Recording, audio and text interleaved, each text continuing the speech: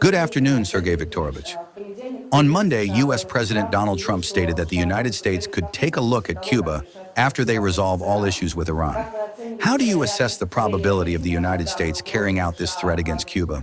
And what consequences could this step have both for Cuba itself and for the situation in the world as a whole?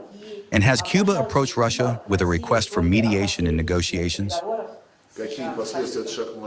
I will not speculate on what consequences this step might have, because we have heard many statements from Washington, and, well, far from all of these statements later took on any material form, the form of practical actions.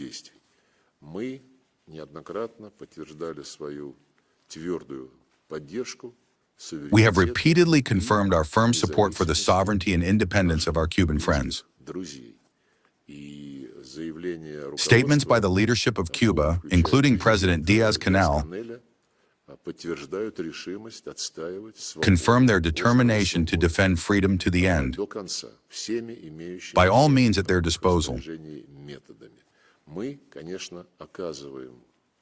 We, of course, like the People's Republic of China, provide Cuba with political support within the framework of the United Nations and in other forms, economic and humanitarian support.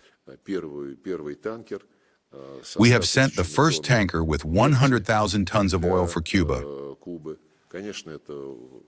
Of course, this will be enough for a couple of months, I guess, but I'm no expert.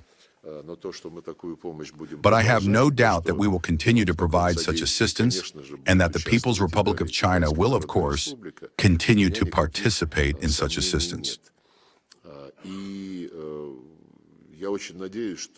And I very much hope that the United States will not return to the times of direct colonial wars and colonial suppression of free peoples.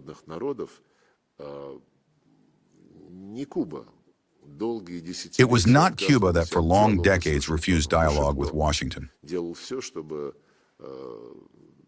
Washington did everything to isolate the Cuban state.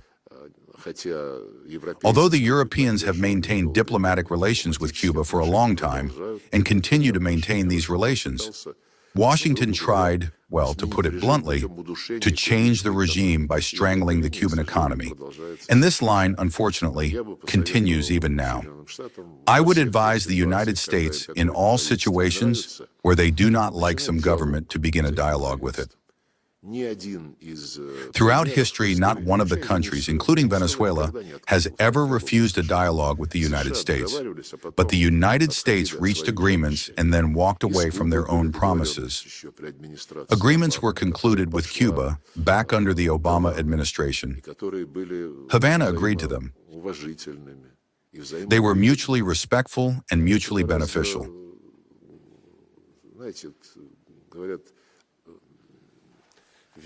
You know, they say that with politeness and good manners, one can achieve much more than with the opposite traits of human character.